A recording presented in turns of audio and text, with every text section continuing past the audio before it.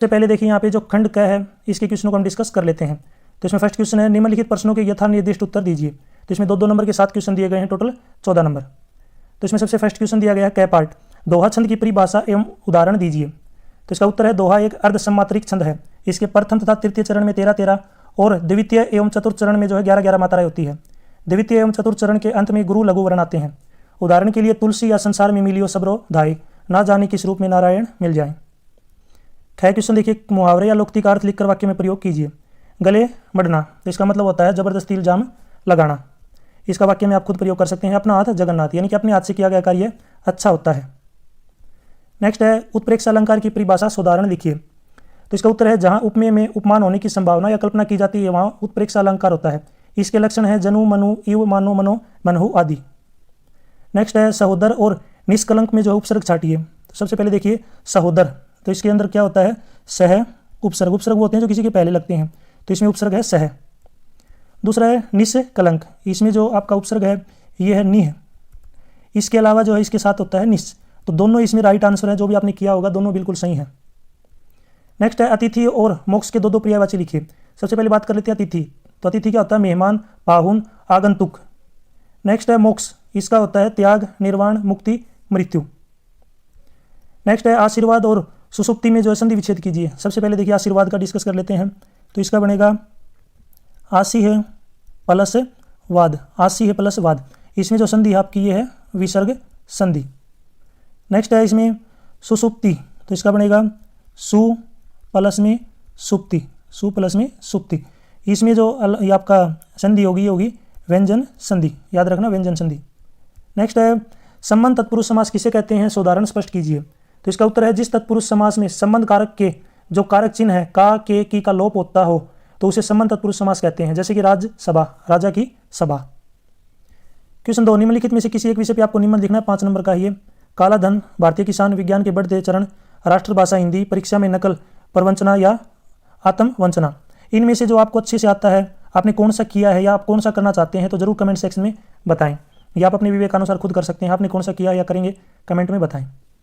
Next है question 3, विद्यालय में पेयजल की समुचित व्यवस्था हेतु मुख्याध्यापक को एक प्रार्थना पत्र लिखना है। और इसी के अथवा में एक और है कि जीव जंतुओं के प्रति दया की भाव दर्शाते हुए मित्र को एक पत्र लिखें।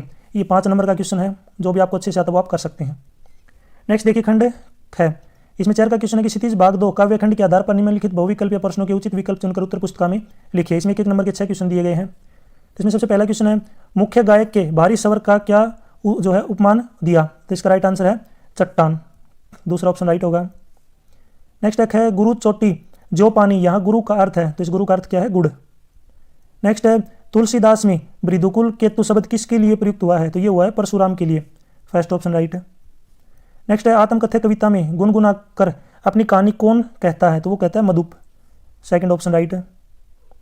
नेक्स्ट है कवि ने फसल को किसकी महिमा कहा है, तो इसमें जो है किसकी महिमा कहा है तो इसका राइट आंसर हो जाएगा हाथों के स्पर्श की, दूसरा ऑप्शन राइट है। नेक्स्ट है उत्साह कविता में बादलों में क्या छिपा हुआ है, तो गर्जन, तीसरा ऑप्शन राइट है।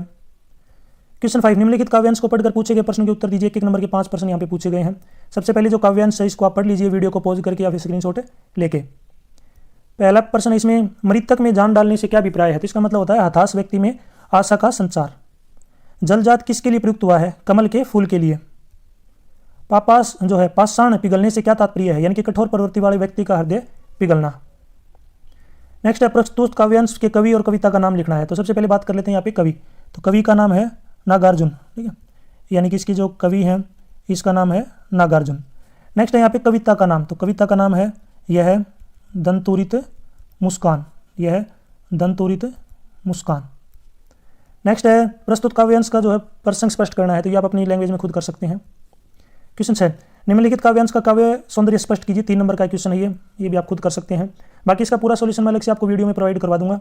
साथ में देखिए उत्साह कविता का मूल भाव स्पष्ट कीजिए। नेक्स्ट है जयशंकर प्रसाद आत्मकथा लिखने के लिए लिखने से क्यों जो है बचना चाहते हैं। 3 नंबर के क्वेश्चन है ये।